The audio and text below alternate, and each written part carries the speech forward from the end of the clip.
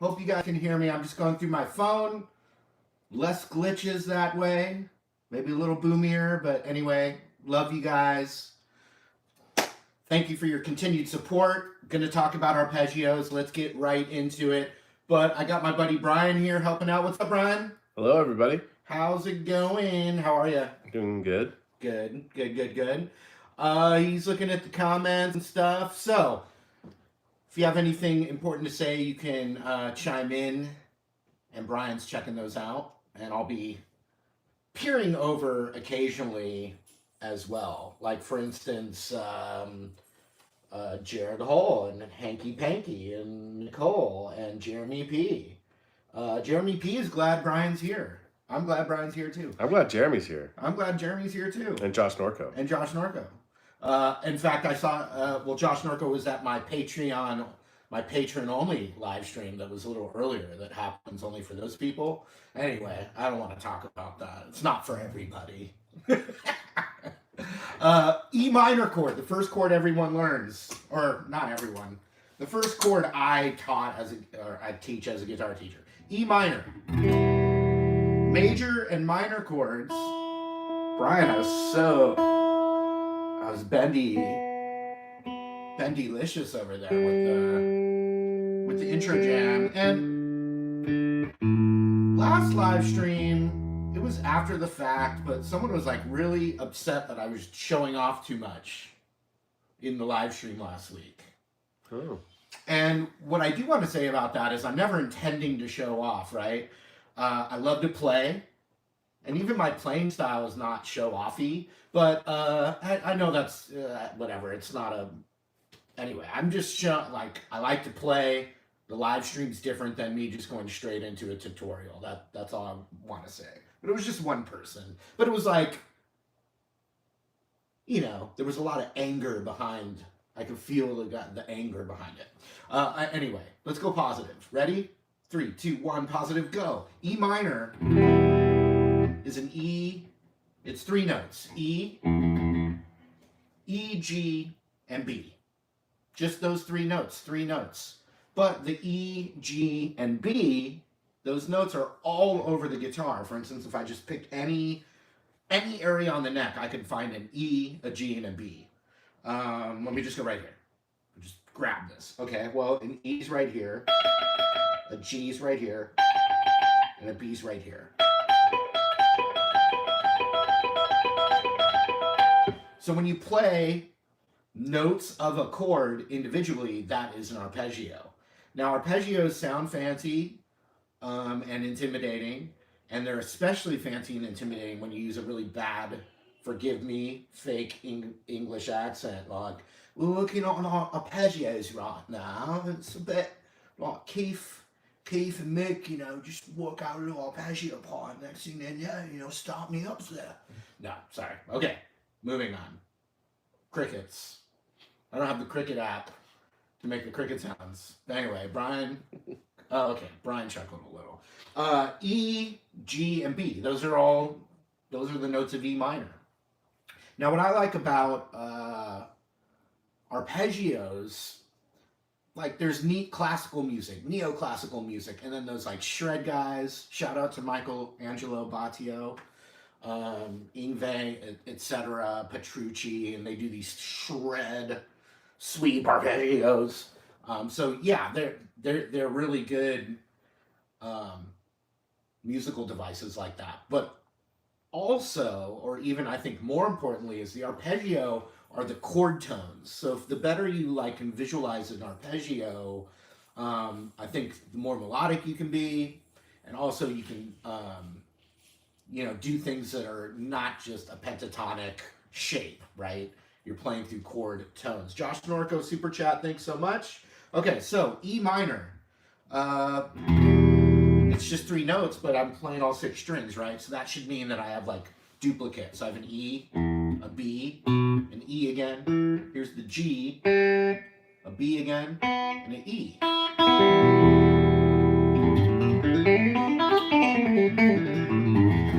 And then the pentatonic. Sorry, I'm showing off. You're showing off a little bit there. Damn it. Right after the British accent, too. I know. I'm showing off, guys. Okay. We're going to edit that out later.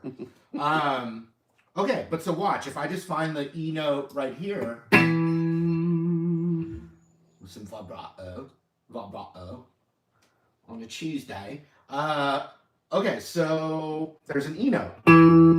Well, there's a G note right here. So that could be 7th fret A string to 10th fret G. And then a B note is 9th fret D.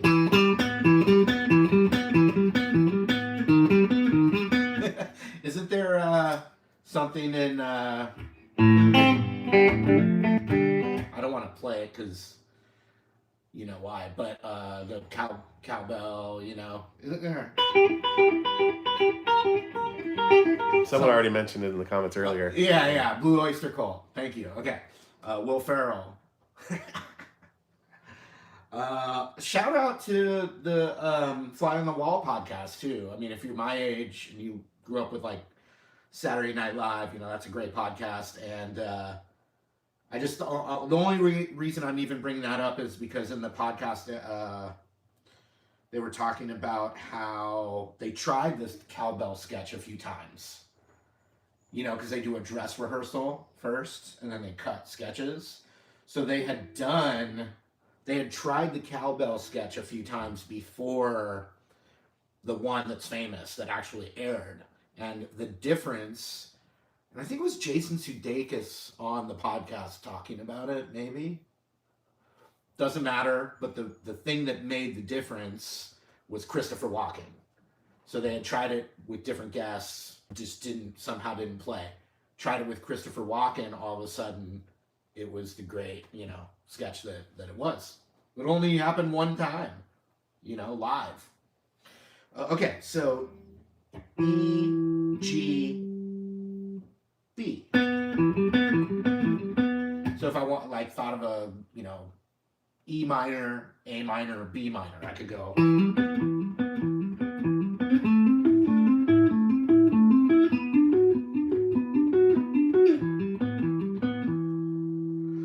was just playing the 3-note arpeggios for E minor. And then I found the root A right here on the 12th fret. And then I found the B a whole step up.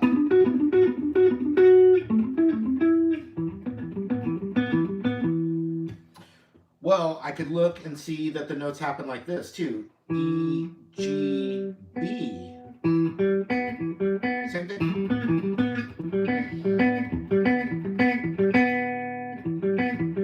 So now I'm doing it with my pinky, and that would be 7 on the A string, 5 on the D, 4 on the G.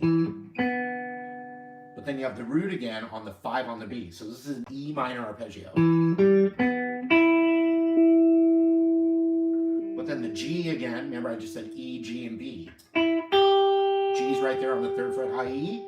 And then the B, you got to stretch, but just, I like this arpeggio for mapping chord tones, not just to play the arpeggio, but to literally be able to see these arpeggios and shapes there. So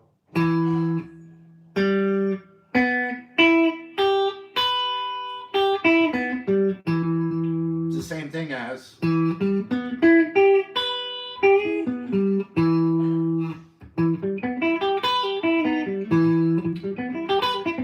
that's a good one for a sweep, but I'm not a sweeper. Yeah, and actually Thunderstruck, which I'm not going to play, those are arpeggios.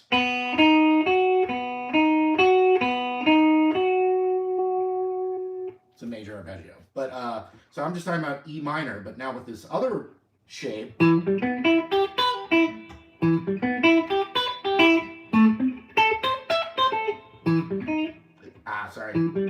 Sorry. It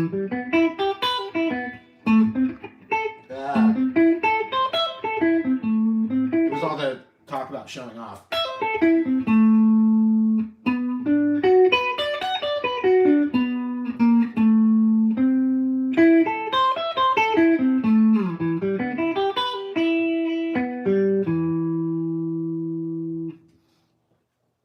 Brian?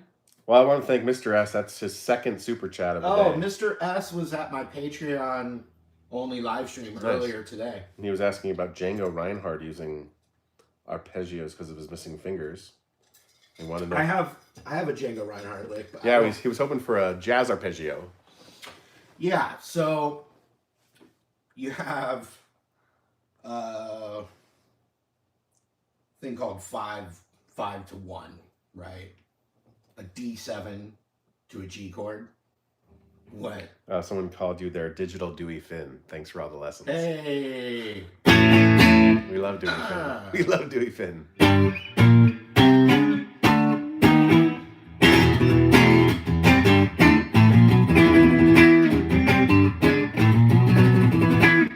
I don't think Dewey Finn is mostly known as Mr. Schneebly. Ned Schneebly throughout the movie. You can call him Ned. Even though he is Dewey. I mean, if you're friends with him, you can call him Ned. If you go out and Ned's sing his roommate. karaoke. Ned's his roommate. Yeah, if you go out and sing karaoke with him. Mr. Schneebly. I'm still talking about arpeggios, right? Yes. But yeah, now I'm thinking about that. Mr. S was interested in jazz arpeggios. Oh, right. The 5 to 1. D7 to G.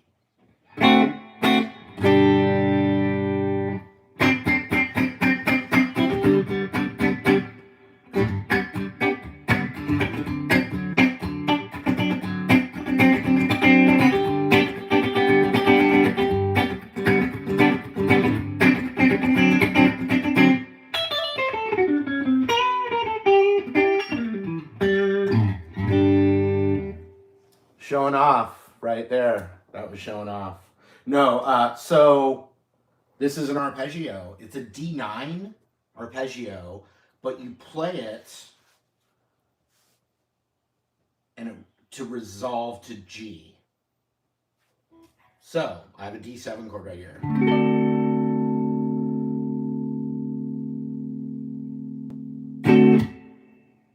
And so what I'm doing, it's a Django lick that I learned from my friend Bob Bryan. So he would do it like that. So if you see the D7 right here,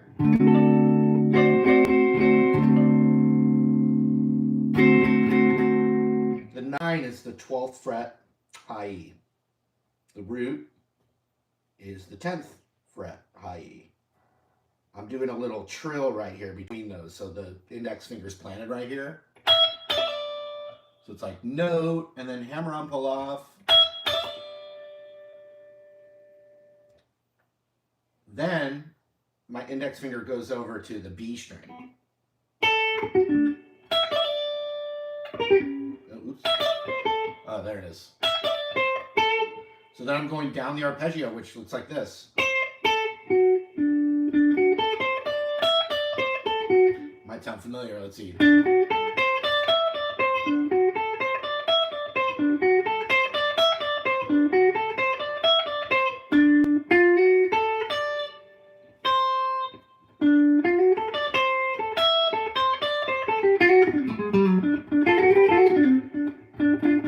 So 13-10 on the B. But then I am raking with an up, and I'm just doing the arpeggio here.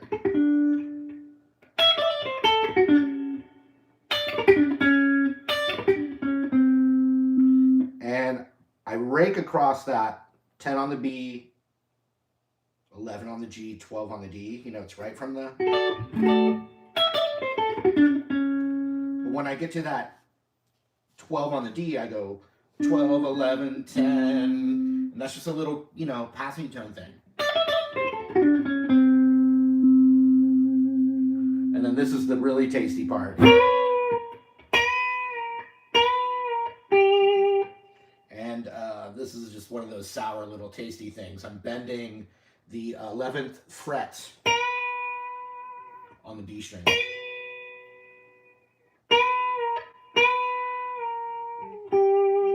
And then to the G, which remember I was saying it's... So...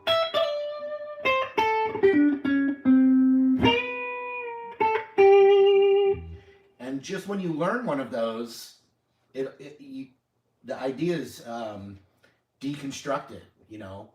One, I was able to see what the notes are. It's the 9, root, 7, 5, 3, root, chromatic down to 7, 6,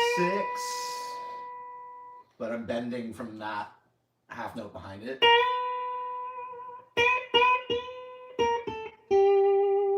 Down to that G root. So, any questions or anything, Brian? I want to thank Fran McTamney for the super chat. Franaletta Ding Dong. And then most people are giving you license to shred. License to shred? Yes. Well, I'll encourage you. I think you did a little day tripper in there. I did. But somebody else heard Pretty Woman. Yeah, that's what I was doing.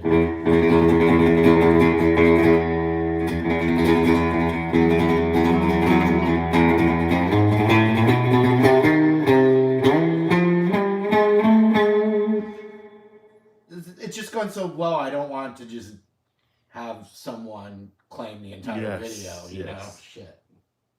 Oh, now I just cursed. Oh, no. Who claims that one? No comment. That's so funny. Thanks, Bob Allman.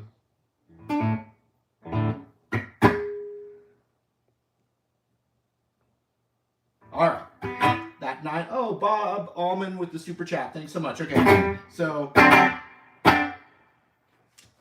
I'm gonna put that 9 lick to use, and I'm just gonna play G. And actually, my friend Guthrie Trapp, just an amazing guitar player, he ripped a song. He plays when he's in Nashville, he plays Mondays at this place called The Underdog, but he has one jam where it's just G to D7 and back, and he's just shredding over it.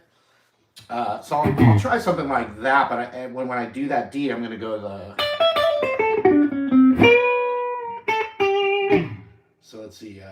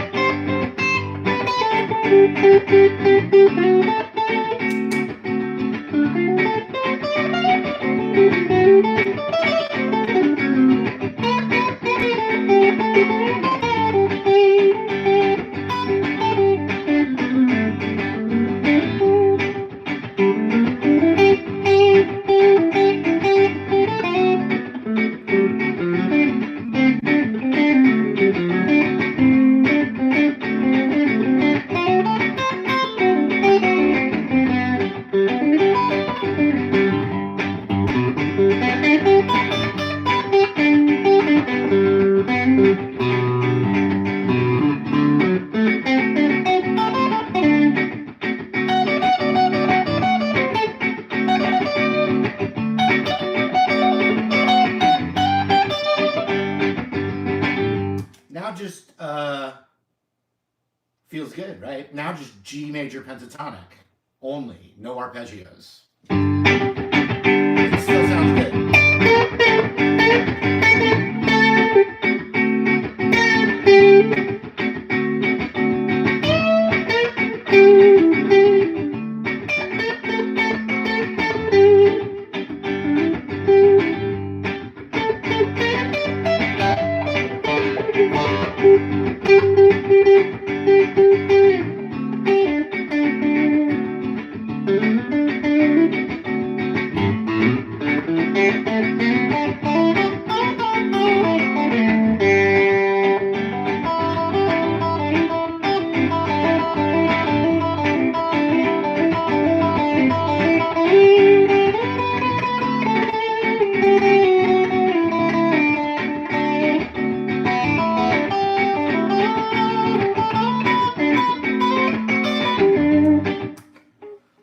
Pentatonic is always, I think, the most like singy, melodic. So what you can do though is once again the arpeggios, visualizing them, you can map out those sweet little chord tones or just know a little bit better how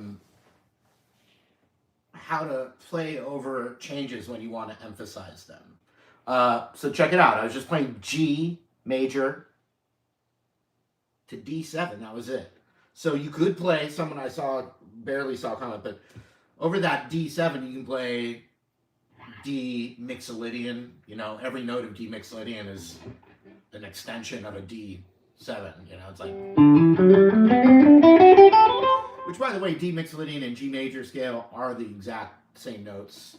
So really, you could just think of the whole thing as G major scale over that entire progression. But a G major arpeggio is a G, B, and a D.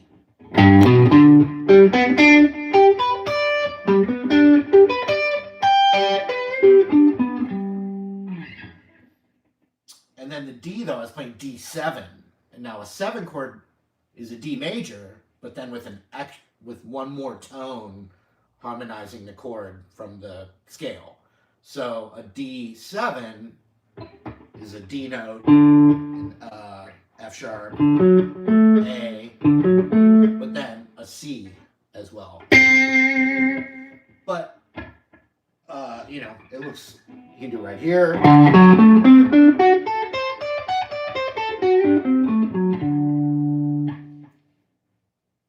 But more than anything, visualizing that.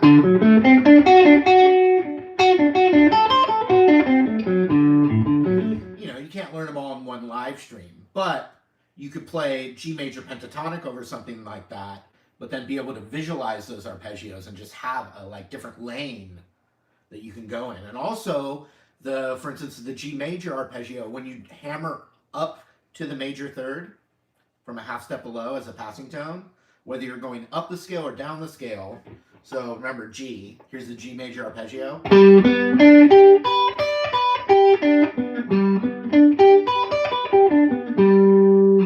And so hammering on the major third would sound like this.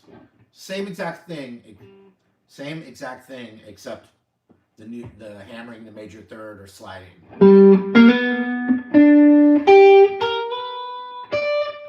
But then going down, you still slide up to the major third, which is a B note from A sharp. Oh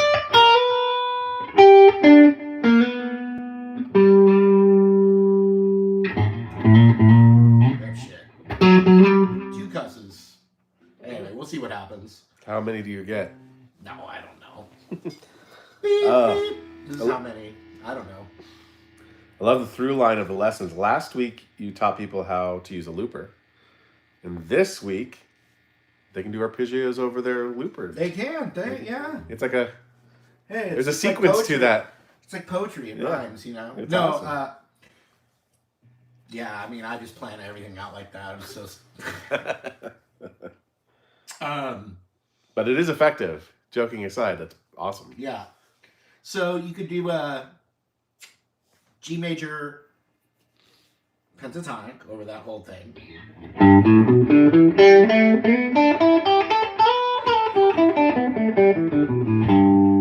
But then also add elements of the...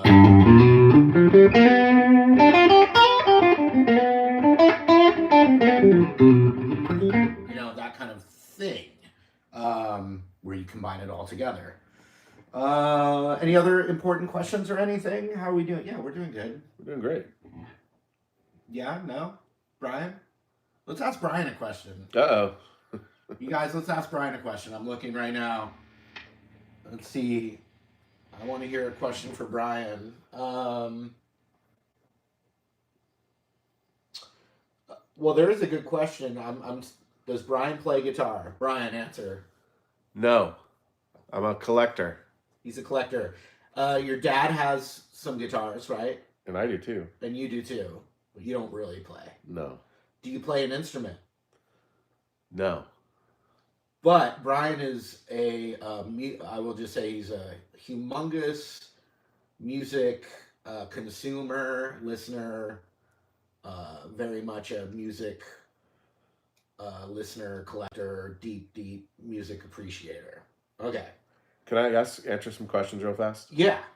Josh Norco, I'm going for never. But you have to say the question, dude. You can't just do that. You have to say what the question is. When is Brian going to be in a video? I'm going for never. Okay, so you're much better. When did we meet?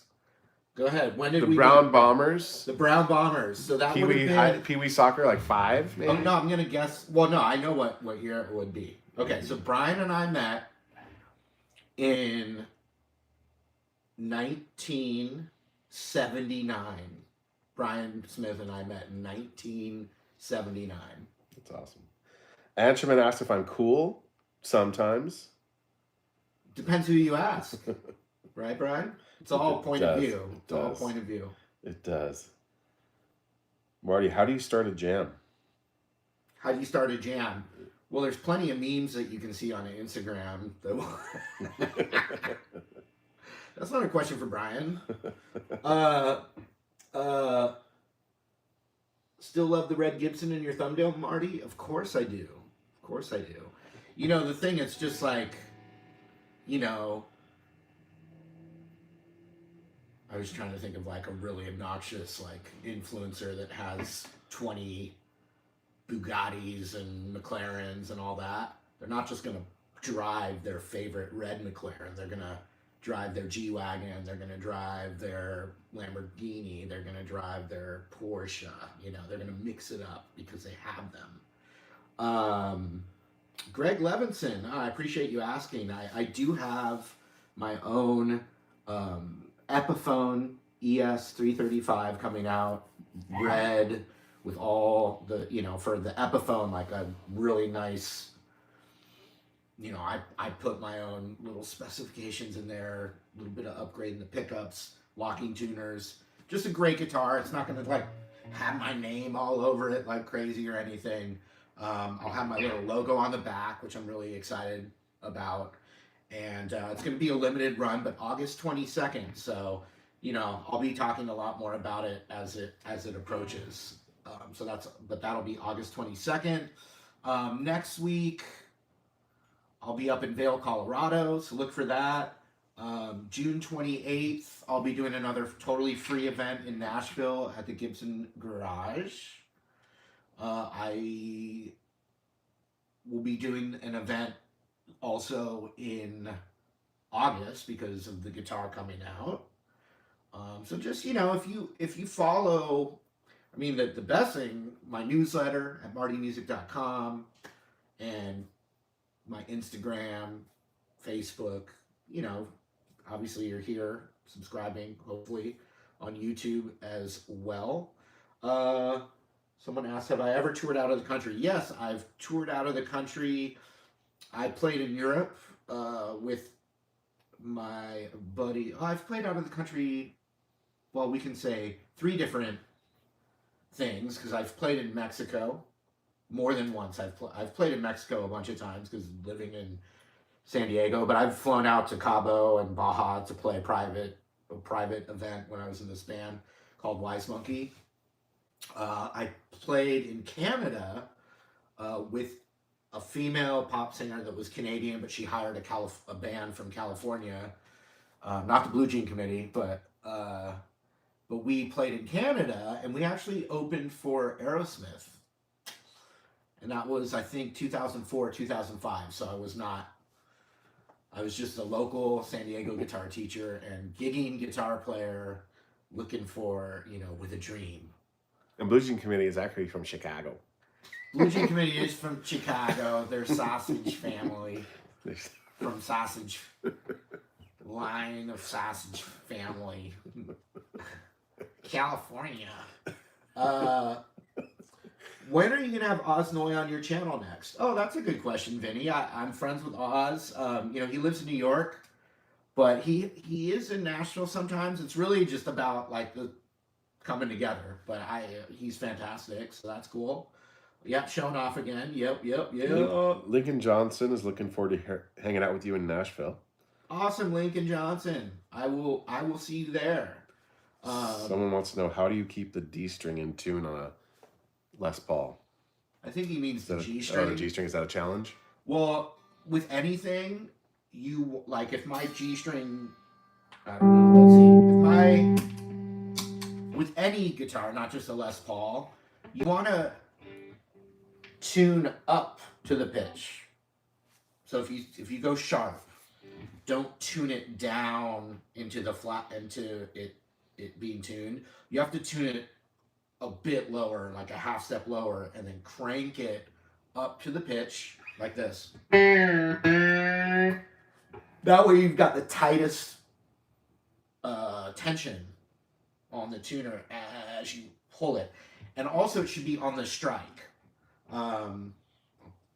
Another amazing thing, you guys, check out. I don't know. So right now, no big ugly tuner on my guitar, right? Brian? Nope. Look closely. Is it hiding? It's hidden. It's hiding.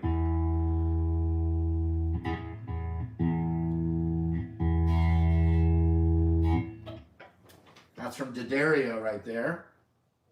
It just pulls right off, but you can't really see it, which is really cool. And for me, making videos all the time. Okay, so yeah, so hear that? I'd go way low.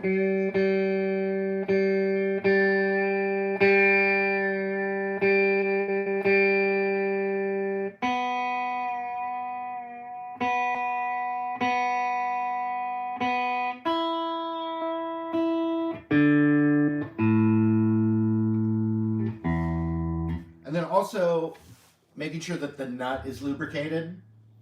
And I know that sounds weird, but it's the nut is that, and then the slots that the strings go through, if it's like gets gunky from just wear and tear and playing and fingers, skin, and sweat, you want to make sure that that is smooth and lubricated across there. So those are some tips.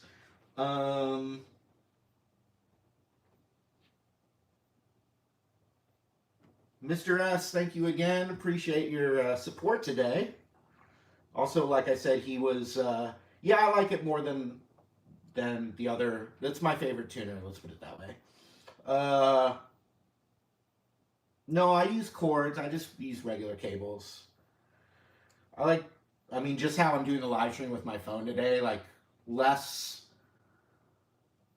stuff that could go wrong, the better. Mr. Phantom, my two favorite guitars. I have my old Martin that my dad gave me, and then my red ES335 that Gibson, you know, that I got to be there when it was birthed in the factory. And Gibson gave that to me. It's a video on YouTube you can find, but that one's just holds a special place for me. I don't think of my guitars as like my children though, or anything.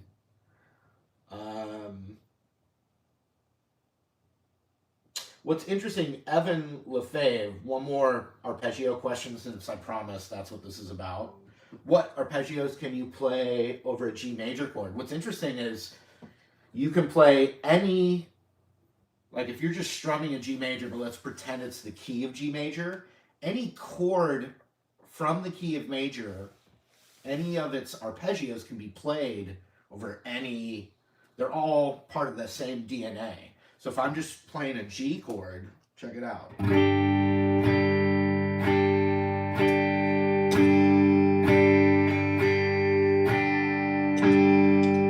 If I want a real pretty major sound, I can play combinations of G major, C major, and D major over that G major chord. So G major,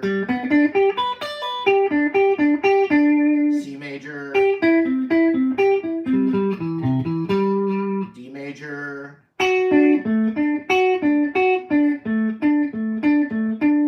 G major, but all over G major chord. Watch.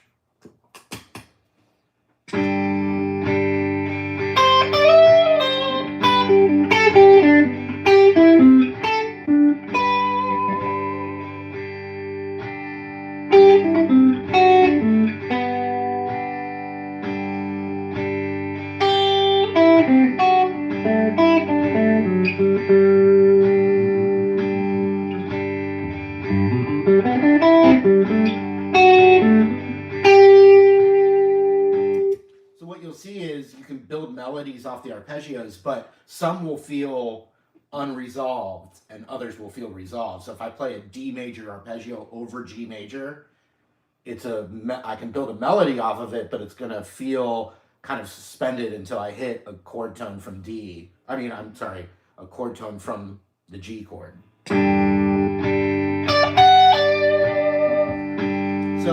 So a D major arpeggio over G major sounds like this. Sorry.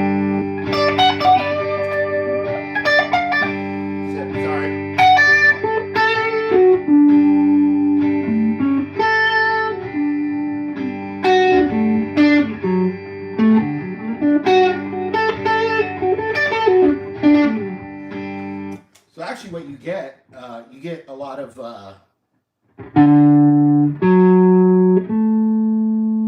5 of G, major 7, and 9.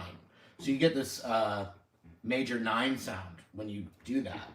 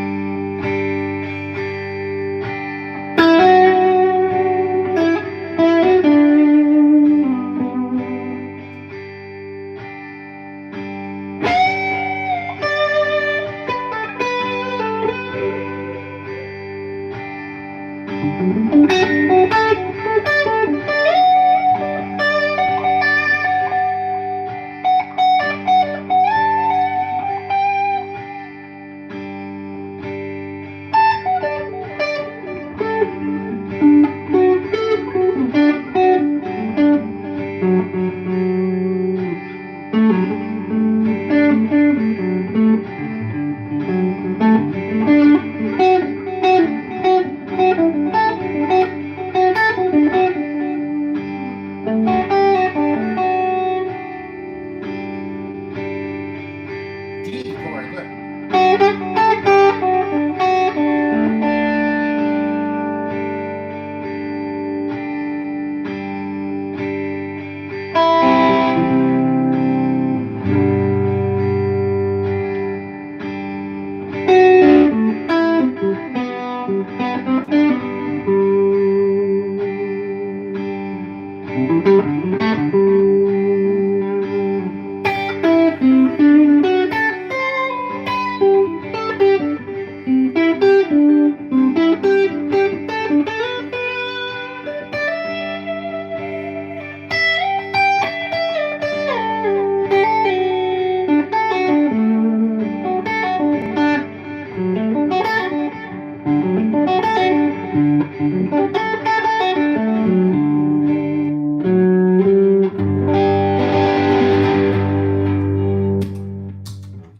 Few shout outs real quick. Stratagem, NG and GG channel. I believe some Russian. Thank you. David, oh, the Russian, I think it's Russian. Excuse me if it's not. They're asking for Polyphia. Can't do it. Evan Lefave, thank you. Yep, you can try any arpeggio from a key. You could try, and you're getting extensions. Carter Lee, underscore Kathy G. Hey Kathy, good to see you again. Thank you so much. Also, Carter Lee again. Thank you. Ozzy Farrell, thank you so much. I don't know about favorite pickups. I'm not sure. Bob Allman, thank you. Lincoln Johnson again. Oh, thank you. I'm glad you guys can hear it. Josh E in New Zealand, Titanic Kid. Yep, here we go. NG and GG channel. Kieran. Happy birthday, Kieran. Happy birthday, Kieran. Cliff Nipper, Greg Levinson, Mahala Hisham, thank you. Todd Snow, Marco, Daddy Kazeka, Josh Norco. All right. What are we doing here? Brian? Yeah. How are you? Good. All right. This is the looper thing again. I'm going to loop on the 4 chord, but loop all the way through, but start and end the loop on the 4 chord, so that way I can stop the loop and play the Johnny B. Good intro. So, keep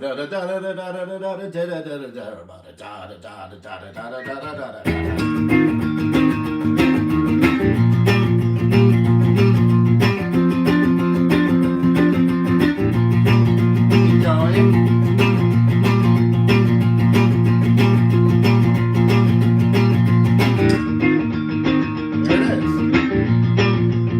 Stop it, I can do the intro, and so when I click it back on, it's the 4 chord. Yeah, right? So, it sounds a little something like this.